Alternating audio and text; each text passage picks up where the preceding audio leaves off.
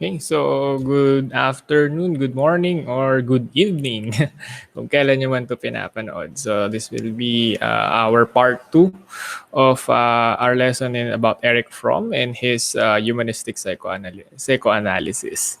So nag-end tayo dun sa burden of freedom na tinatawag ni Fromm. No? So parang sinabi niya, it's easier for people to give up their freedom because it's very tiring, no? Nakakapagod maging free. And the responsibility that it entails is very scary, very very hindi siya ganun ka nagsisit well sa ibang mga tao. So we have the tendency that people have the tendency to escape from freedom, no? So this is somehow the same kasi 'di ba the burden of freedom is producing some kind of feelings of anxiety because we do not really know what will happen, no, once we become free, no. Kumbaga parang pag pinalabas na tayo sa hawla natin, ang tendency is hindi na natin alam yung mangyayari kasi wala nang predictability, wala na magpapakain, wala na magbibigay ng security, wala na magbibigay ng warmth and so on and so forth. So nagkakaroon tayo ng anxiety. And this anxiety can be, unlike animals kasi, na-force tayo na maging free, na-force tayo na lumabas dun sa security natin sa nature. So now, we have no choice but to actually become, to actually live with that freedom. But again, some people, they cannot do that. Some people cannot move on with the fact that they need to become free. So, yun nga, we are free. So, but others are, the fact that we are free means that we are also free to not exercise our freedom, which is quite ironic kung titingnan natin, no? So yun, it's that freedom produces basic anxiety, and just like Horney's concept, that basic anxiety, magkakaroon tayo ng tendency, no, to have a defense mechanism. So kung yung kay Horney is meron siyang mga neurotic trends na tinatawag, si si Fromm meron siyang tinatawag na wait lang. Yan. So si Fromm meron siya na tinatawag na mechanisms of escape. And actually not only mechanisms of escape but also character orientations, no? Although character orientations, manifestation na yun ng halos lahat, no? So mamaya pag-uusapan natin yan. So unahin natin yung mechanisms of escape. So lahat ng psychoanalytic theory meron silang mga defense mechanism, no? Meron silang mga version ng self-defense mechanism. For example, si Adler meron siyang safeguarding tendencies. Si Jung, may sariling mundo. Si Horney, yung neurotic trends, no? Si Melanie Klein, literal na defense mechanisms, no? So halos lahat sila may gantong klaseng idea. So hindi exception si Fromm dyan. So si Fromm, yan siya tinatawag ng mechanisms of escape because basic anxiety produces frightening sense of isolation. People attempt to flee from freedom through a variety of escape mechanisms. So Fromm's mechanisms of escape are driving forces in normal people, both individually and collectively, no? So there are three primary mechanisms of escape. So first is yung authoritarianism, destructiveness, and conformity. And then the positive freedom is actually not a mechanism of escape. This is the answer, no? This is the freedom that we want to have. So let's start with authoritarianism muna. So authoritarianism, this is the tendency to give up the dependence of one's own individual self and to fuse oneself with somebody or something outside oneself in order to acquire the strength which the individual is lacking. So it can manifest in two forms, masochism and sadism. So people, in order to escape their freedom, they actually entrust their freedom to other people. So that is authoritarianism. It's either you appeal to the authority or you will become the authority, no? Parang yung domination tsaka submissiveness. So, pero it leans more on the submissiveness dahil authority na you seek an individual. This is parang moving towards people kung titignan natin kay Horney. So, masochism results from basic feelings of powerlessness, weakness, and inferiority, and is aimed at joining the self to a more powerful or person or institution. So, uh, di ba yung masochism, it's in modern terms, masochism is you like being in pain. So, you like being in pain under a person. Parang ganun siya. So, sadism naman is aimed at reducing basic anxiety through achieving unity with another person or persons. So, three kinds of sadistic tendencies. Una is yung the need to make others dependent to oneself. So, this is subordination. This is dominating other people. Gain power over those who are weak. The compulsion to exploit others, to take advantage of them and use them for own benefit, and the desire to see others suffer, either physically or psychologically. So this is yun nga, almost the same siya with moving towards people, but meron siyang features ng aggression, di ba? But the point here is people, in order for them to escape their freedom, they are actually entrusting it to other people, or they actually control other people so that they feel like they're also in control with their lives. So that is sadism and masochism. That is escaping freedom because hindi natin inaalala. Kumbaga, imbis na alalahanin natin yung sarili natin, sa iba tayo pumupunta. No? So parang nagmo-move towards tayo dun sa basic instinct natin to reunite with the world and people. No? Next naman is destructiveness. So unlike sadism and masochism, however, destructiveness does not depend on a continuous relationship with another person. Rather, it seeks to do away with other people. So if ang authoritarianism, sadism, and masochism is moving towards people, destructiveness is moving against people. Sadism and masochism requires a constant relationship. So ibig sabihin, yung mga sadist and masochist, they tend to form relationships for long term. No? They feed each other's neurosis. So mas magsa-survive sila pag meron silang symbiosis ng kanilang neurotic tendencies. But in destructive escape or destructive mechanism of escape, one time, big time, sisirain mo yung ibang tao. So both individuals and nations can employ destructiveness as a mechanism of escape. So individuals can hurt other people, no? Or even kill other people. And then nations, of course, although hindi na ganong uso ngayon, nag-wage sila ng wars. No? Although yung war ngayon, it's not really literal wars. Soft war ang meron tayo ngayon. No? For example, yung market wars. Market wars ba tawag doon? Basta yung China versus USA. So actually, they're at war. No? Economic wars nga lang. And kasi na-realize ng mga humans, no? Lately, na-realize ng mga tao na wars are not profitable. Matatalo lahat sa war. Walang nananalo sa war. But kung nag-work together tayo somehow, but one country in particular is not that, hindi siya naniniwala doon. No? Kaya nga ang ginagawa niya, pumupunta siya sa Scarborough Shoal, no? Pupunta siya sa Scarborough Shoal, dun sa Palawan, sa EEZ ng Pilipinas para mag-isda doon. No? Itong bansa na to, aka China, kailangan nilang manahimik. Sinisira nila yung paradigm na hindi na dapat magkaroon ng ganong klaseng thinking. That we can work together to solve our problems together. Imbis na kukunin mo lahat ng mga nasa ibang bansa and destroy them to become transcendent. No? Parang, in a way, kung makikita ni Fromm ngayon to, sasabihin niya that particular country is having a neurotic episode. So China have some kind of neurosis. So destroying in an individual level is more like being aggressive to them. So yung mga Karens na tinatawag natin. Again, this is destructiveness. It's parallel to the concept of moving against people. And then next is yung tinatawag natin conformity. Ito wala tong analogy, wala tong kaparehas sa idea ni Nick Horney, although kung titignan natin medyo moving towards people siya. And destruction is moving away from the aggression talaga siya. So conformity, according kay Fromm, people who conform try to escape a sense of aloneness and isolation by giving up their individuality and becoming whatever other people desire them to be.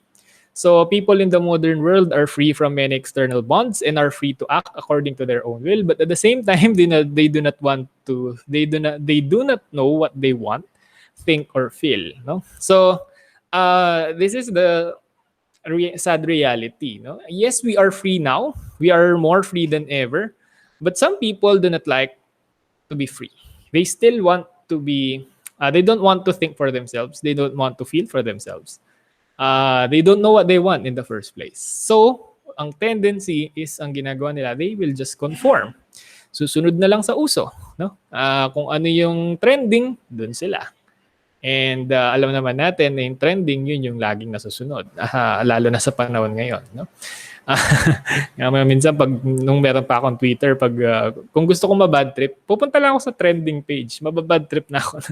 Kasi napaka walang sense ng mga trending sa ano.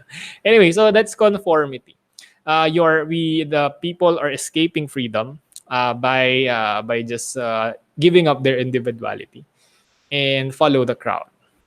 In a way, they are returning to the world and their self-awareness being diminished. No, so yun nga, we are free to do what we want, but we are also free to do what others want us to do, which is sad. No? So hopefully sa inyo walang na hype sa psychology, no? Hopefully if ever man na hype kayo, eventually nagustuhan niyo rin yung psychology. Kasi medyo mahirap naman kung ganun. Okay, so try to not conform too much. No? I'm not saying that conformity is bad. In fact, it's okay naman. No, there's no problem naman in conforming with what other people are saying. But of course, we have to be careful. Because people have agenda, no? They have kumbaga meron silang mga goals, meron silang mga gustong mangyari. And if ikaw is hindi mo alam kung anong gusto mong mangyari, sabi ko nga, ang ibang tao ang magde-decide para sa iyo para kung ano yung gusto mong mangyari, no? So we have to be careful with that. But of course, if it's okay with you, wala na akong magagawa, wala na tayong magagawa. It's your life. Matatanda na kayo, alam niyo na yung ginagawa niyo, no? But as for me, I don't like being a conformist.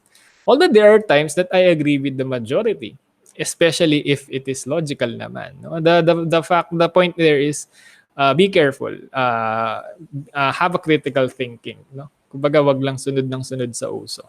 And minsan kasi ang uso, kumbaga, hindi mo naman kailangan sumunod sa uso para lang matanggap ka ng ibang tao. Kasi kung sunod ka lang ng sunod sa uso, once na nalaman na nila kung sino ka, iwan ka nila. No? Unlike kung alam na nila kung sino ka in the first place pa lang, hindi na sila mabibigla sa iyo. So, itatanggapin ka nila kung sino ka. So, when I was in high school, I was like that. Hindi ako dahil hindi ako conformist. I have few friends, of course, but those friends are until now they are my friends. So that's the price, no, of being a non-conformist. You will gain true friends. But if you are just conforming to the trend, syempre sino lang yung sasamahan mo, yung nagko-conform din sa trend. Paano pag nag-iba na yung trend? Mag-iba na rin yung gusto nila, mag-iba na rin yung mga kasama nila. So unstable. It's like attaching yourself, yun nga, to the identity of other people or other groups. Okay? So, yeah. So, itong mga to, yung tatlong yan, destructive authoritarianism and conformity, this is the pattern on how neurotic people satisfy their existential needs. No? So, kung mapapansin nyo, ito yung mga negative way on achieving existential needs na na-mention ko nga nung last meeting natin. So basically, it's just repeating the same concept. Iba nga lang yung groupings, no? Yung categorization. But the best way pa rin to solve the existential needs in this existential dichotomies is to actually gain positive freedom. So positive freedom, it basically means that we can return to the world and at the same time be individual still. Kumbaga, we can be free and not alone, critical and yet not filled with doubts, independent yet an integral part of humankind. A spontaneous and full expression of both their rational and emotional potentialities. So basically, it's just like saying getting the best of both worlds. No, uh, we satisfy our urge to reunite with other people, and at the same time to use our reasoning. Kasi reasoning itself hindi naman siya bad. As I've mentioned, reasoning got us here, no? Kumbaga, kung walang reasoning, walang Facebook, kung walang reasoning, walang computer, walang gaming, walang kung ano-ano. So it's not necessarily a bad thing.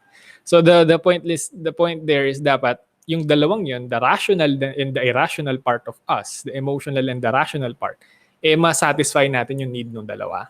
Diba? So once na-satisfy natin yung need ng dalawang yun, we will, kumbaga, that is positive freedom na. We are independent, yet we are still part of humanity. And that is actually our dilemma, no? Kasi we are part of a society, but we're also an individual person, no? Merong part sa atin na gusto nating maging unique, but at the same time gusto nating maging kasama sa society. But there's a danger of being too unique to be, pag sobra tayong unique, naisip ko si Unique Salonga, Four of Spades, parang gusto ko siyang i-post din. So parang yung uniqueness natin and yung pagiging may silbi natin kumbaga sa society, sabay na meron tayong urge na ganun. And once na na-solve na natin yun, meron na tayong positive freedom. So positive freedom represents a successful solution to the human dilemma of being part of the natural world yet separate from it. How do we achieve this positive freedom? According to Fromm, it can be achieved through active love and work. Humans unite with one another and with the world without sacrificing their identity or integrity. They affirm their uniqueness as individuals and achieve full realizations of their potentials. So, in order to achieve positive freedom, you have to know or you have to discover the work that you will love. No? Kumbaga, kasi kung mahal mo yung trabaho mo, kung ang gusto mo yung ginagawa mo, no? And that, kumbaga yung trabaho na yung gives value to other people or value to the world, then you are successful in expressing yourself as an individual. And at the same time, you are also successful in contributing to the society. And kumbaga, na-reunite ka na with the society. Okay, so in short, look for a job that you will love and you will achieve positive freedom. No? For me, I'm lucky because I discovered my I discovered the work that I will love, which is teaching nga, no? Originally nga, sabi ko hindi naman talaga yun yung talagang naging goal ko, but eventually nasama siya sa aking goal, no? This is quite hard din naman kasi hindi naman ako, kasi may mga ibang tao na talagang bata pa lang sila, they know what job they will want. No? For example, my brother, my kuya, no? Grade 4 pa lang yata or grade 3, alam niya na yung course na kukunin niya, which is IT related. And yun talaga yung ginawa niya, talaga may direction siya. No? Lahat ng ginagawa niya is leading towards that. And then ako naman, medyo late bloomer na nasa 20s na, or nasa 16, 17 na, no? Bago ko pa lang na-realize. And there are some people even before, meron naman talagang late bloomer, yung mga 40 years old, dun lang nila na-discover. And then, of course, there are some people that die without actually knowing what the hell they want. No? I hope we will not be those kind of people, no? Too late na before natin ma-realize. But there are some things kasi that stops us from pursuing what we really love, no? What we really love doing. Kasi there are times that the thing that we really love doing are not monetizable, no? Hindi ganun kataas yung kita, no, sa mga work, yung mga ibang work na gusto natin. For example, yung mga artist, no. Ang pagiging artist kasi it's do or die. It's either you will make it or you will just flunk it, no. It's very, kumbaga, napaka tough job to balance it out, no. The practicality of it and of course the idealism ng gusto nating work na makuha. So it's really a challenge. So it's not that easy. And for example, yun nga, may mga demands yung mga ibang for example, yung parents mo, yun yung mga na-mention ko na mga utang loob kind of parents, no? Na, yung pinag-aral kita, dapat yung sweldo mo mataas. Why? So it's really hard to achieve positive freedom. It really requires some courage, and it requires also some kind of luck, no? So talagang it's not kumbaga it's a process. It's not hindi natin siya makukuha instantly. Okay? So that is positive freedom. But of course it's I think that's the journey that we have to take in this life. No? I think that makes life more interesting. No? It's not about the journey. It's not about the destination. No? It's about the journey. No? About how we achieve those kinds of feats. No? So now, flowing some mechanisms of escape. Some people develop some patterns, no, in their dealings with the world and how they relate with the world. And sabi ni Fromm, meron siyang mga 5 character orientations na napansin sa mga tao. No? Kung papansin niyo yung mga character orientations ito, they are combinations of the mechanisms of escape. No? So character orientations, it's similar also with neurotic trends. It is defined as the way of people in relating to the world in response to how they solve their existential dilemma. So character is a relatively permanent system of all non-instinctual strivings through which man relates himself to the human and natural world. So categorize siya into 2, non-productive and productive. So what is non-productive? Fromm used the term non-productive to suggest strategies that fail to move people closer to positive freedom and self-realization. So ito yung mga orientation na naglalayo sa positive freedom natin. They're not necessarily bad. No? It's just that it makes it harder for people who have this kind of orientation to become self-realized and achieve positive freedom. So personality is always a blend or combination of several orientations, even though one orientation is dominant. Okay? So parang neurotic trend siya. Most people have that, but if there's only one dominant talaga, laging yun yung nagagamit in every part of your life, then siya nagiging bad. So first character is receptive character. These people feel the source of all good lies outside themselves. No? And that the only way they can relate to the world is to receive things, including love, knowledge, and material possessions. Ito yung mga passive type of people. They just want to receive. They do not like to put in the work. They just like to receive. So the negative qualities is passivity, submissiveness, and lack of self-confidence. So ito yung mga masochist tendencies. The positive traits naman is yung loyalty, acceptance, and trust. Yun nga lang, too much trust can be bad din. Hindi kang maabuso. But yun nga, masochists, they like being abused. So, it's a receptive character. This is relatively neutral naman. Yun nga lang, if you're just receiving, you're just a dead fish, no? Following the currents of of the river. You will get nowhere. So, it's not that good pa rin. And this naman is yung kung ang receptive is not that good, it's neutral. Exploitative naman, ito yung talagang medyo delikado. Exploitative characters, they believe that source of all good is outside themselves then, but they aggressively take what they desire rather than passively receive it. No? So kung ang mga receptive talagang passive lang sila, ang mga exploitative, aggressive sila. No? Kung meron silang gusto, kukunin nila.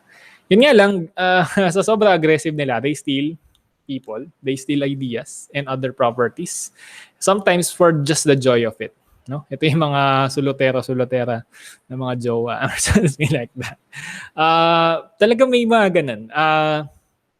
Siguro, di ko alam kung na masyado lang ba akong positive sa mga tao or dahil hindi ako ganun nabuhay sa toxic na environment. But there are some people talaga na exploitative, no? They really like although yung mga boomer na kapitbahay, minsan ganun sila. So exploitative character are egocentric, conceited, arrogant, and seducing. And positive traits naman nila is impulsive, proud, charming, and self-confident naman. If not kung hindi mo sila masyadong exploited. Yun nga lang, very, very bad, no? Exploitative characters are like neurotic, yung mga may neurotic claims, no? Kumbaga. So, mga aggressive people. And then, hoarding character naman, ito yung mga, they're like anal personality, mga OC, kumbaga. Negative traits is rigidity, sterility. Kumbaga, if they receive something, they will not give it back. No? Sa kanila lang yun. Tatago nila. No? This includes money, this includes people, relationships, and opportunities. No? Yung ayaw nilang mag-share. So kasi ayaw nilang, kumbaga, if i-share nila, feeling nila, mawawalan sila. So positive traits nila, orderly sila, clean sila, and punctual. Yun nga lang, negative trait is rigidity, sterility, obstinacy, compulsivity, and lack of creativity. Boring sila in short. And then next is yung kinagagalitan talaga ni Fromm, marketing. So this is yung mga marketing characters, they see themselves as commodity. And hindi naman ibig sabihin na gusto nilang benta yung sarili nila, no? Parang ang gusto lang, ang ibig lang sabihin ni Fromm dito, their personal value is dependent on their exchanging value. That is their ability to sell themselves. Kumbaga, paano nila ibebenta yung sarili nila? Hindi naman literal na ibebenta, pero paano sila magugustuhan ng ibang tao? No? And depende sa gusto ng ibang tao, dun yung magiging character nila. Yun yung magiging traits nila. No? Ito yung mga conformist na tinatawag. Wala silang mga sariling mga identity. Kung ano lang ang gusto ng iba, yun yung magiging sila. Ang tawag nga ni Fromm dito is they are empty husks. Yun yung tawag niya. No? So, konti lang daw ang positive traits nila. Kasi talagang ano sila. Parang wala silang mga prinsipyo sa buhay. No? So, dito sa ano to, makikita natin yung influence ni Karl Marx. Since sabi ni Karl Marx, yun nga, yung capitalism is bad. But communism doesn't work, so it doesn't count. So, their negative traits are they are aimless. No? They do not know what they want. No? Opportunistic, inconsistent, and wasteful. Lagi sila nagsasayang ng oras, nagsasayang ng energy dahil din nga nila alam kung anong gusto nila. Positive traits naman nila, very open-minded sila sa business. No? May tatawagin ng mga dati mong acquaintance ng high school. Open-minded ka ba sa business? But, well, that's marketing character. Okay? So, this characters, single productive these characters, yung mga na-mention natin kanina, again, it is present with everybody. Yun nga lang merong may dominant minsan sa isang tao. Now, the next orientation is yung tinatawag ni Fromm na productive orientation. The single productive orientation has 3 dimensions: working, loving, and reasoning. So only through productive activity can people solve basic human dilemma. That is, to unite with the world and with others while retaining unique individuality, which is positive freedom. So healthy people value work not as an end in itself, but as a means of creative self-expression. So kung natatandaan nyo yung existential needs, yung relatedness, no? We want to be with other people, but we also want to have a sense of identity. No? And then may transcendence, that we want to become something more, we want to create something. And then ano pa ba yung meron ding frame of orientation that we want to achieve something. We have a goal or something. If para ma-solve mo lahat ng mga dilemma na yon, yung mga needs na yon, kailangan mo maging productive. Kailangan mo mag-produce. Imbes na mag-take ka, imbes na mag-destroy ka, you need to produce something. If you have produced if you produce relatedness, if you produce love, if you produce a creative endeavor in transcendence, if you produce exploration dun nga sa rootedness, magpo-produce ka dun eh. O kaya naman you produce your own frame of orientation, then that is and you produce your own sense of identity. You're not actually copying or following any other people. Dun ka magkakaroon ng yun yung tinatawag na productive orientation. So they do not work to exploit others, to market themselves or withdraw from others, no, or to accumulate needless material possessions. Kasi for them, for example, yung may ibang tao, for them, money is just a means to an end, no? So, kumbaga, some people want to have money just for the sake of having money. While that is not necessarily bad, but if it is pag nakaka-stress na dun sa part na yun, of course, that's already bad. So, they are neither lazy nor compulsively active, but use work as a means of producing life necessities. No? So yung mga productive orientations daw, they just work so that they can express themselves and to also contribute to the society based on their own gifts, own identity, and own style. Kumbaga, no? So, productive love is characterized by four qualities of love discussed earlier: care, responsibility, respect, and knowledge.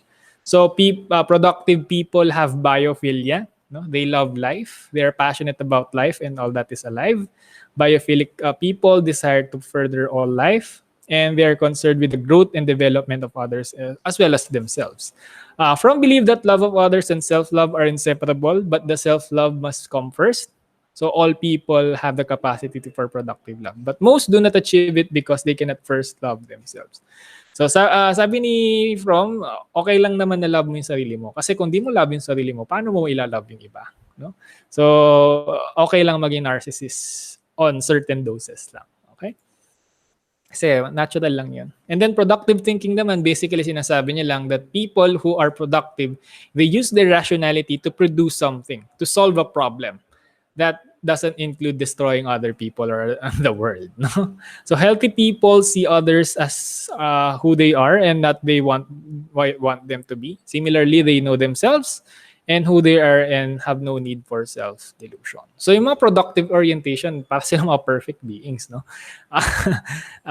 They know what they want and they wish people the best. No? Talagang tinutulungan nila ang ibang tao to grow. Kumbaga yun yung gusto nila eh. Kumbaga yun yung way of transcendence nila. They want to create something more than themselves. No, as opposed sa mga destructive kind of people. So Fromm believed that healthy people rely on some combination of all five character orientations, much like the concept of Horney. No? Their survival as healthy individuals depend on their ability to receive from other people, to take things when appropriate, and to preserve things and exchange things, to work, love, and think productively. So, sabi ko nga, hindi naman ibig sabihin na non-productive yung orientations na yun. They're bad already. So, Fred, may mga times talaga na kailangan mag-receive. May mga times na kailangan maging aggressive. May mga times na kailangan magtipid. Kailangan mong mag-hoard kasi nga, hindi mo alam kailan magkakaroon ng emergency. Like what is happening now, no? Yung pandemic. And of course, we want to work, we want to love and think productively. No? Ang tawag ni Fromm dito, yung mga people with biophilia, love and positive freedom is syndrome of growth. Growth in a psychological way. Okay? But what happens if hindi ka nagkaroon ng ganito, yung naging baligtad, no? Imbis na magka-biophilia ka is nagkaroon ka ng iba. Biophilia, love of life, nagkaroon ka ng love of death. Paano kung hindi ka gusto mo mag-exploit ng others? Paano kung hindi nag-develop in a good way? So magkakaroon ka daw ng personality disorders. So sabi ni Fromm, personality disorders are, kumbaga, unhealthy personalities are marked by problems in these three areas, especially failure to love productively. So pag hindi ka natutong magmahal dahil hindi ka binigyan ng pagmamahal, magkakaroon ka ng personality disorder. Much like the same with like with Horney's theory naman. 'Di ba? Meron silang connection ni Horney, no? Ay, parang high school. So meron talagang malaki yung influence ni Horney kay Fromm.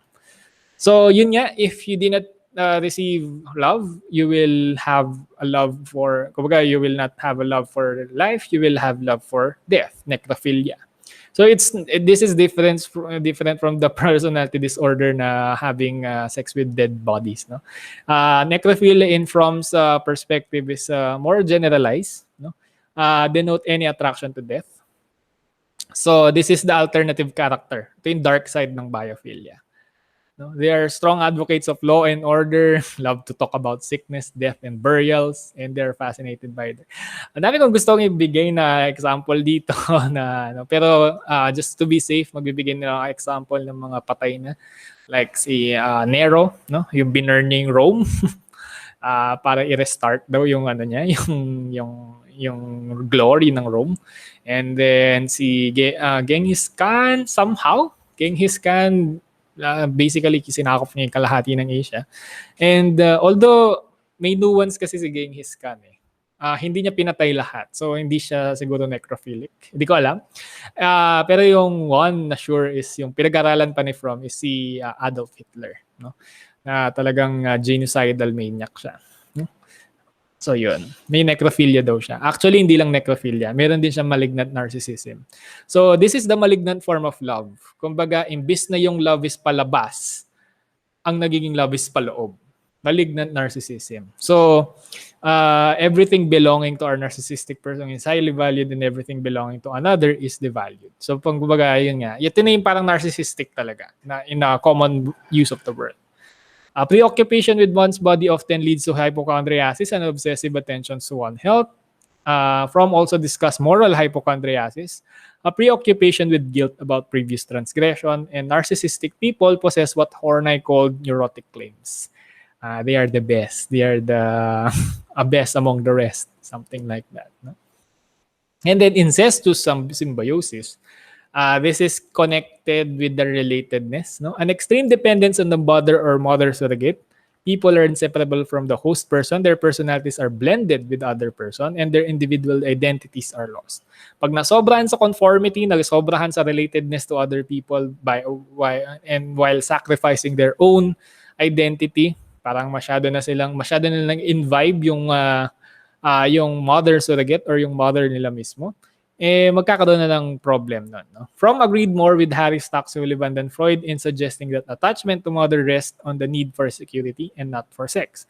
So people living in incestuous symbiotic relationships feel extremely anxious and frightened if that relationship is threatened. They believe that they cannot live without their mother substitute.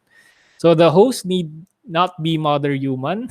It can be a family, a business, a church even, or a nation. Ito yung dito na ulit bumabalik yung hyper-nationalism ng Germany, no? Na naging influential kay Fromm.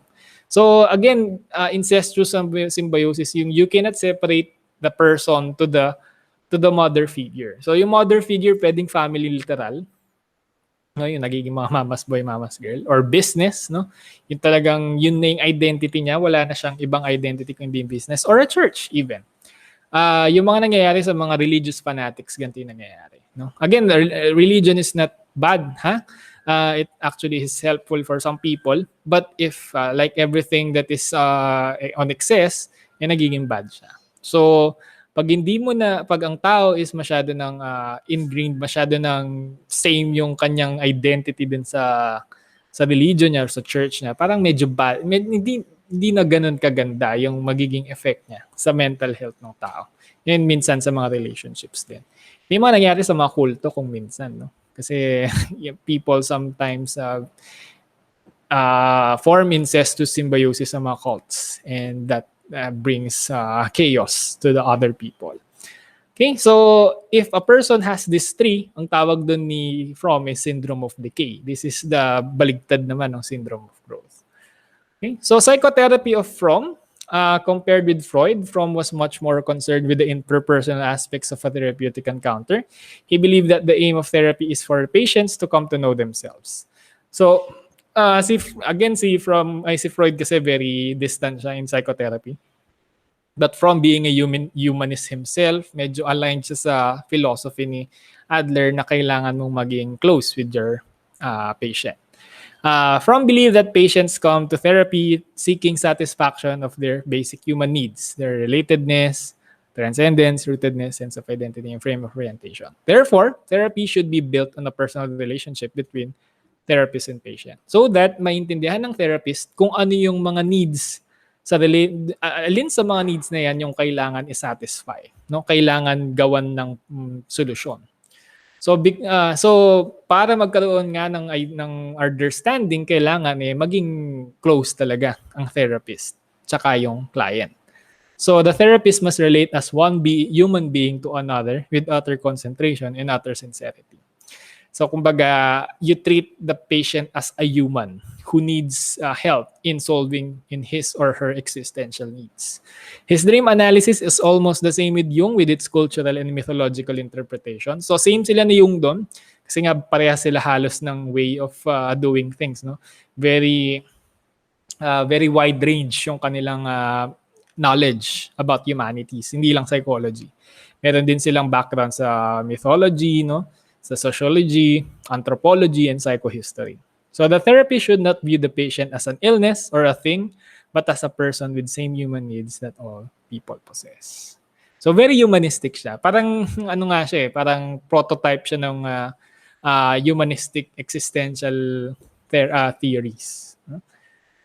So Fromm's method of investigation, same sila ni Jung. And then pinag-aralan niya nga yung social character ng isang Mexican village na discover niya na walang marketing people doon kasi hindi pa siya influenced by capitalism. And then gumawa din siya ng psychohistory of Hitler, no? According to Fromm, Hitler is the embodiment of syndrome of decay. Ganun niya ka-hate or ganun niya ka talaga yun yung ganun niya pinag-aralan talaga si Germany, no? So, critique of Fromm, it suffers from falsifiability as every psychoanalytic approach. It did not generate much research because it's very philosophical. Organizes knowledge well since it covers much about human personality. Medyo na-cover niya naman lahat. Guides action, but it's almost same with Jung. It's challenging, no? Pero impractical kasi talaga siya sa therapy. Wala siyang mga binigay na step-by-step procedure on how to do therapy. So yung guide to action niya is very limited lang to people who really get or who really... Kumbaga, minsan kasi it doesn't matter if the therapist gets the process eh. Ang minsan kasi dyan, yung another factor is yung client mismo. If the client is not that philosophical enough, kumbaga masyado siyang concrete mag-isip, hindi applicable yung mga ganitong klaseng therapy. So internal consistency is a bit clunky due to unclear definition, no, in some concepts. Yun nga, paulit-ulit yung mga concepts niya kung napansin mo. And the parsimony is low. Same with Jung kasi nga sobrang dami. No? But again, human personality is complex, so you have to give him that. No? And then concept of humanity, determinism and free will, nasa gitna siya kasi sabi niya on one hand we want to go back to nature, but on the other hand we have the choice, we have the freedom, we have the self-awareness and reasoning to actually defy that. Pessimistic and optimistic at the same time siya.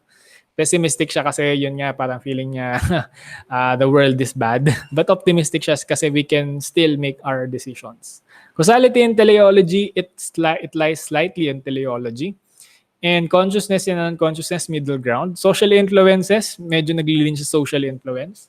Pero biological pa rin siya. Kasi nga, nature and we want, kumbaga, ingrained daw sa DNA natin yung we want to go back to nature. Similarity and uniqueness, moderately on similarity. So kung mapapansin niya, parang kay Jung siya. Medyo Jungian yung mga concept of humanity niya. Because halos same sila kasi ng approach in studying human persons.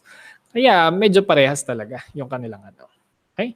Para siyang combination ni Adler, ni Jung, tsaka ni Horney. Kumbaga, concepts ni Adler, structure ni Horney, and then style ni Carl Jung. Parang ganun yung ko dyan. Ganun yung assessment ko kay Fromm. Okay? Kaya para sa akin positive nga siya. No? Optimistic siya. Okay? So that's it. Thank you for listening. And yun. Thank you for listening. And I hope you learned something. So basically, Erich Fromm is just saying that we want to go back, but it's too late. So we have to satisfy going back to nature and to people and to satisfy our own self-awareness and individuality. So we can only achieve that by achieving positive freedom. And we can achieve positive freedom by doing what we love and contributing to the society in the process. Okay, so yun, thank you for listening and have a good day. Bye-bye.